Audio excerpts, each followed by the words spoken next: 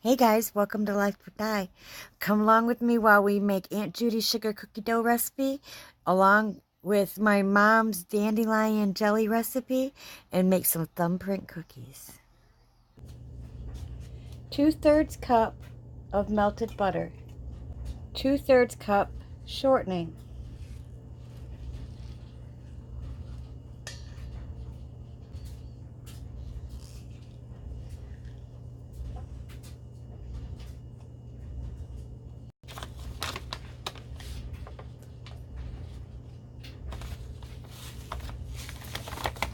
1 1/2 cup of sugar.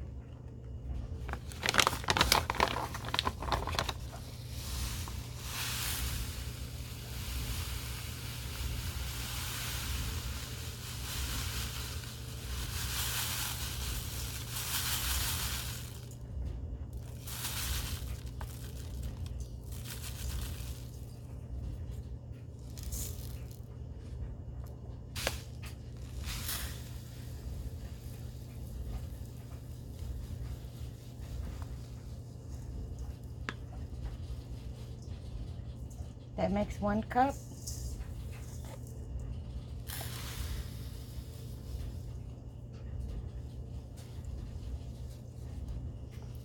One and a half cups.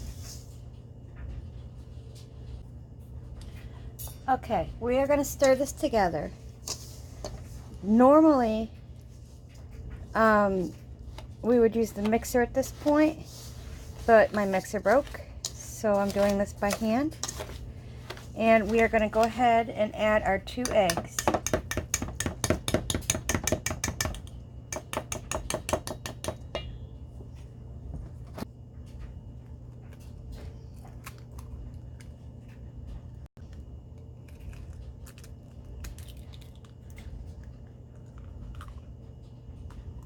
Okay, now we're going to mix this up until it's creamy. If you're doing it with the mixer, it only takes a couple of minutes, just to where the sugar's not granulated anymore, that it's melted in. If you're doing it by hand, it could take up to 10, depending on how good you are at whisking. This is called a whisk.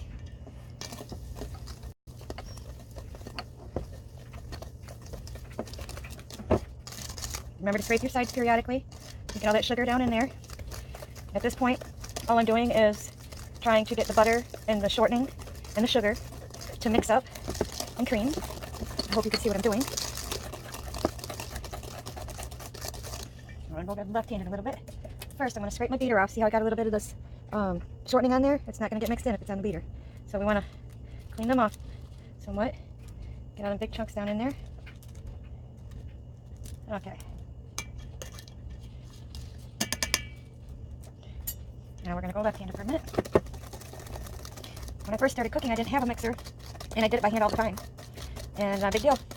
You know, you kind of put more of yourself into it, and you know, more in touch with your breath, especially when you're making a family recipe like this.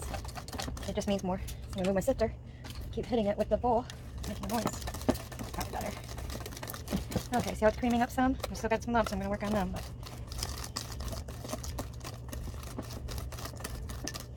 When I got married, my husband got me a hand mixer, and it was really nice.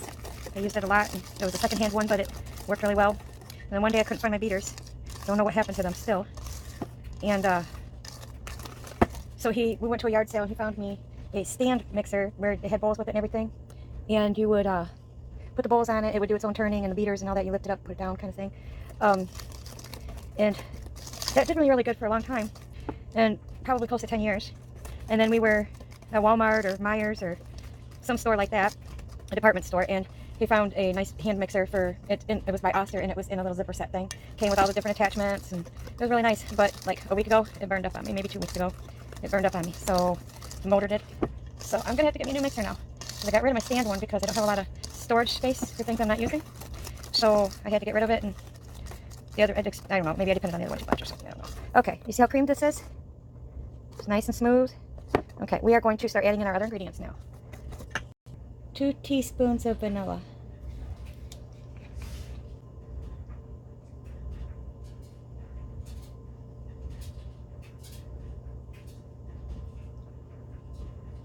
And just under if you dribble like I did.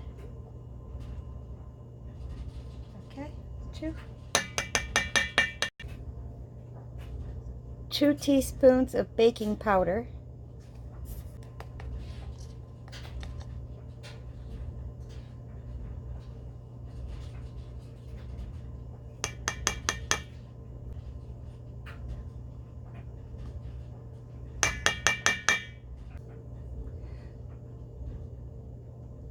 A pinch of salt, approximately that much.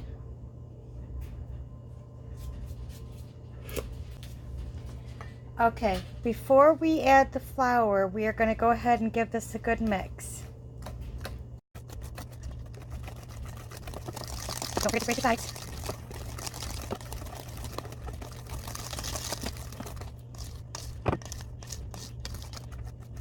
Okay, everything's pretty well mixed in. We are going to add now 3½ cups of flour.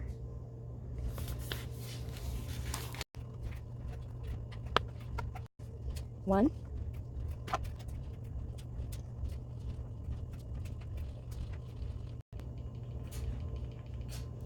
Okay, and we are going to mix that in.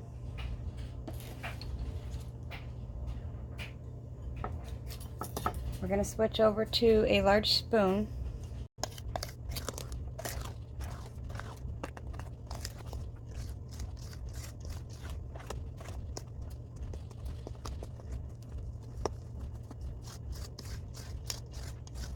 Remember to scrape your sides.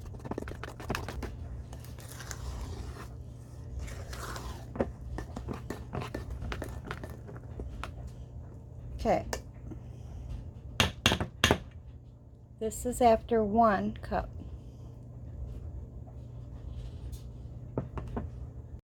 Three cups.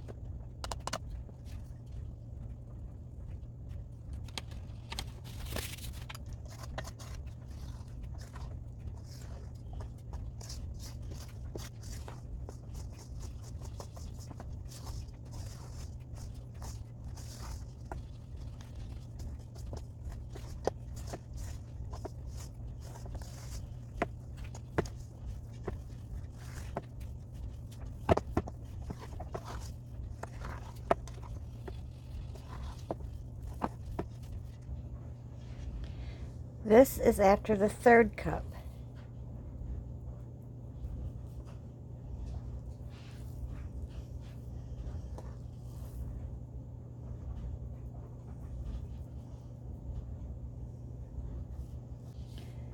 One-half of a cup. So now we have a total of 3½ cups of flour.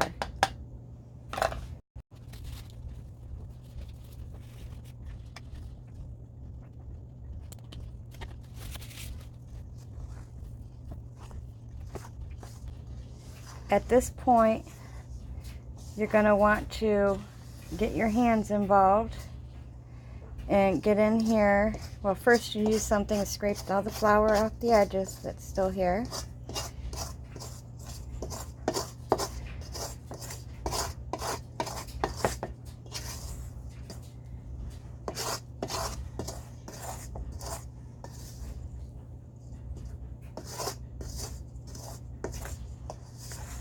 Okay, and now we're going to get our hands involved into this because we're going to knead it and roll it out onto waxed paper. First, you're going to lightly flour your surface.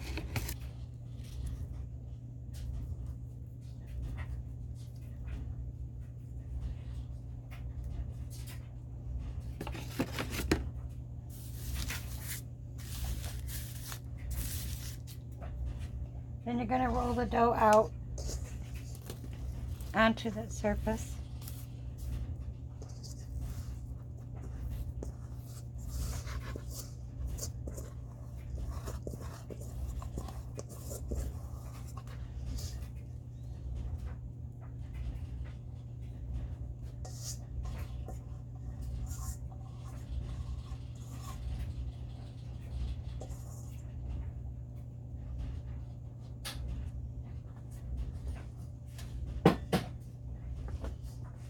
Now we're going to knead this together until it becomes a nice soft dough.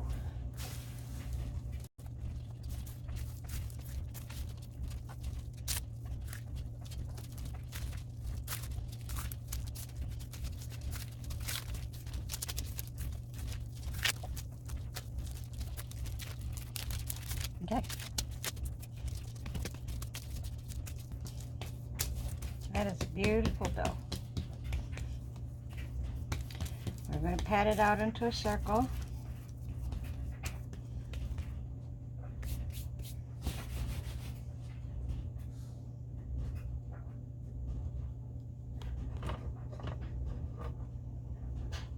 Okay. I hope you saw what I was doing pretty well.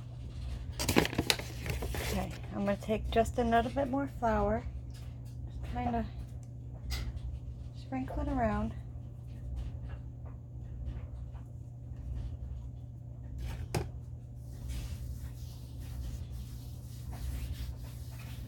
Okay.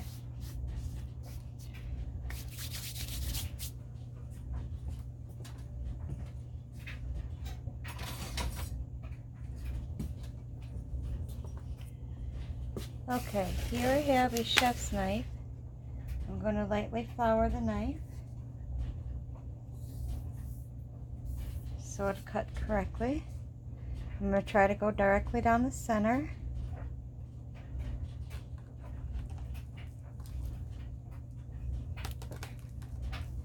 Okay, and then directly down this way.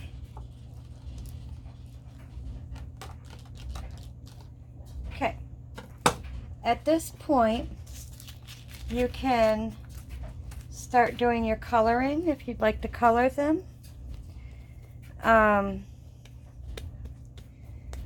Just going to roll this into a nice dough ball. Whoops. Just really nice ball there. Now you can make this into, roll it out and make it into cookie shapes. Do the cutouts. You can shape this into anything you like to and cook it that way. You can make it into a log and cut it down. What we are going to do is make little balls. So I'll be right back as soon as I get these made into these.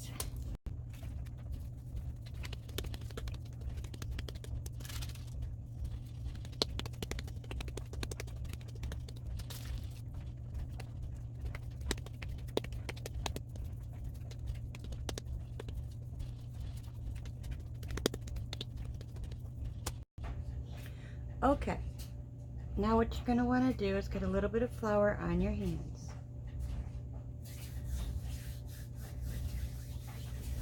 You want to have a tray, paper lined, or the equivalent of, and you're going to grab one of these, and you're going to pinch off just a little, about, you know,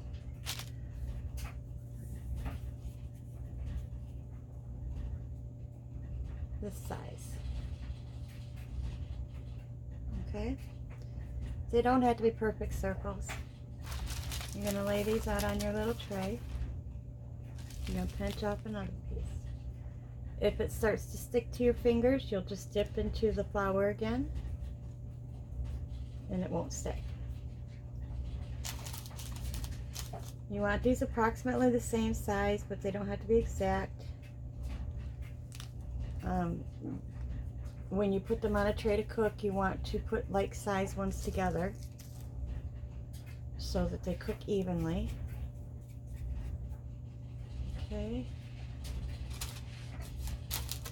One more row. Now, how I'm doing this, I'm pinching it off. Okay. Put it in there and just roll.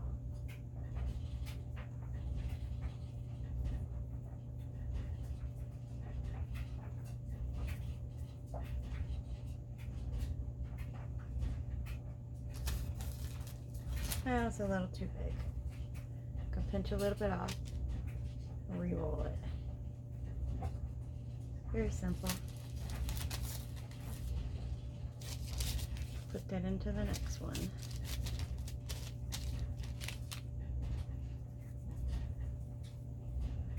Alright, that's a little too big.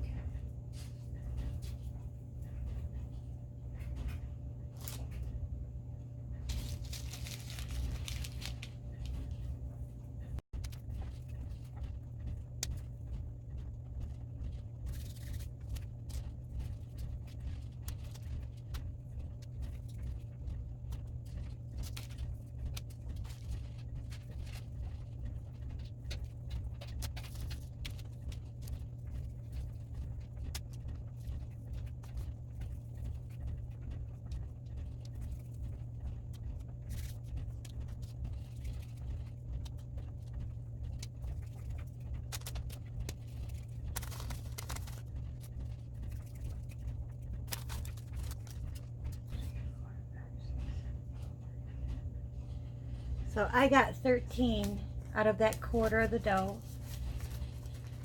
Okay, what we're gonna do, set these aside.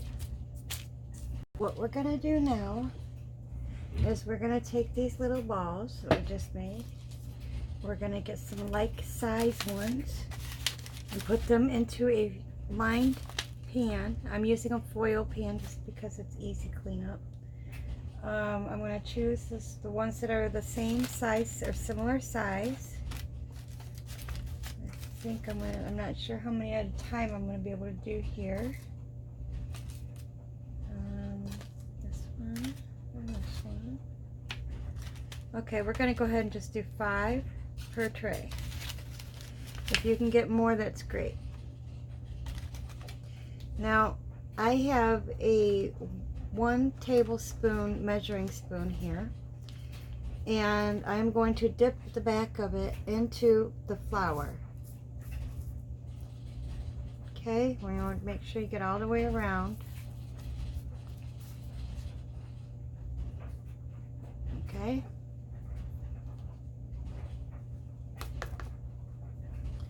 So we're going to take this and just make a divot right in the center of that cookie. Okay, we don't want to crack the cookie. So we don't want to put too much pressure, but we do want a really nice indent like that. Each time you're going to dip it into that flour. Turn your pan if you need to. Just kind of set it on there and roll it till it poofs out into a little blossom. That's why they call these blossom cookies, because they blossom out. Now, what we're making is not the typical blossom. What we're making is, we didn't even use the blossom cookie dough. It's just the style that I'm doing here with the little divot. This is Aunt Judy's sugar cookie recipe, and it came from Mom's Green Book. And it is a family favorite, and which is why it went in the book. And then we're just going to do the same thing on the center one. Oh, he's trying to crack. Just be gentle, take your time and go slow. Just get a good divot there. Okay, now what we're going to do, we're going to take some of my mom's homemade dandelion jelly and put that right in the little divot we just made. Dandelion jelly, dandelion in general, if you don't know, is very good for you. A lot of people consider it a weed, but if you like the flower, it's not a weed, right? So, that's the only thing that makes them a weed, is people that don't like the flower. So we're going to get just a little bit of this jelly on our spoon. Okay, maybe not even that much. We're just going to do this trial and error. I'm going to start in the middle. I'm going to put most of it in there to start with and see how that does. That looks like it'd be just about perfect when it spreads out. Okay, so we're going to put the other half in this one.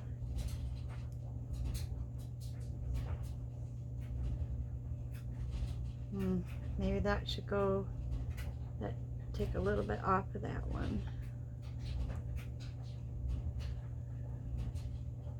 Okay.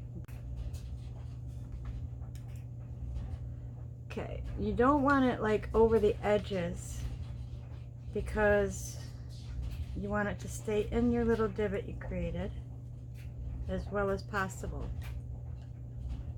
Okay. We're gonna, there we go. That's perfect. A little bit more for the last one. It might be a little too much. Let's see. Yep, that's perfect. Okay. So there you have it. Our Dandelion thumbprint cookies are ready to go in the oven. 375 for 8 minutes. While you're waiting, you can always roll more balls.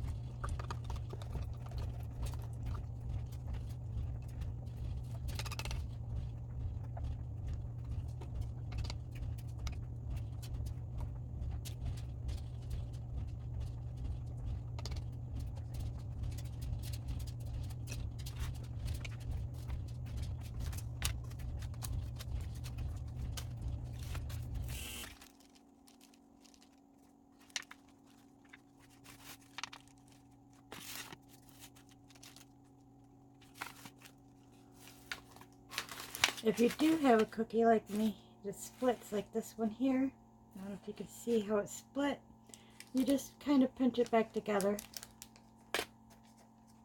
It'll be fine.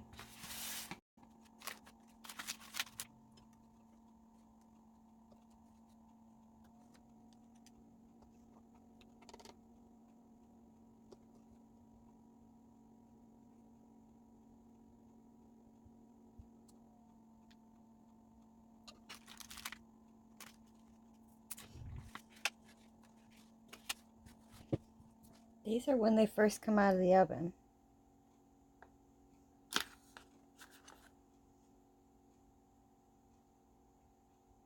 I might throw them back in another minute or two.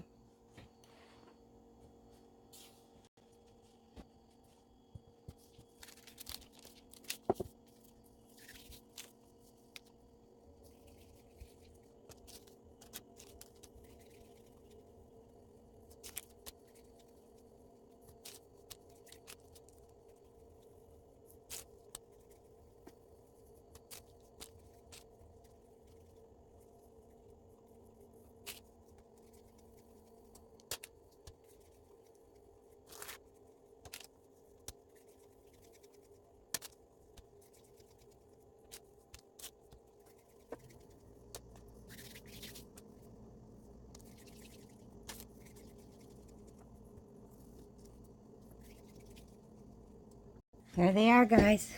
In the end, this is what they look like.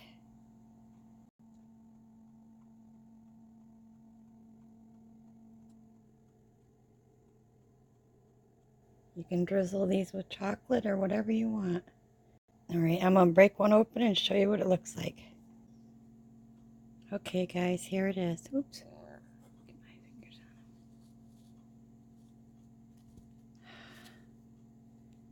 There it is. Beautiful, crispy cookie. Just beautiful little amount of jelly on there. Focus.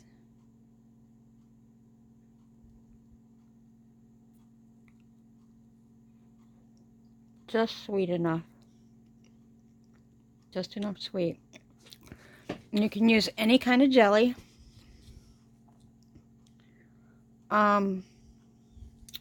You can drizzle these with chocolate or put peanut butter in them. That would be good. You can just set a Hershey's chocolate into the divot. That will melt out. That'd be pretty good too. You can do just about anything with them. And yeah, so that is Aunt Judy's sugar cookie dough recipe with my mom's dandelion jelly on top. I hope you enjoy. If you like, share, subscribe, and hit that like button. You know, all that good YouTube stuff. Bye-bye.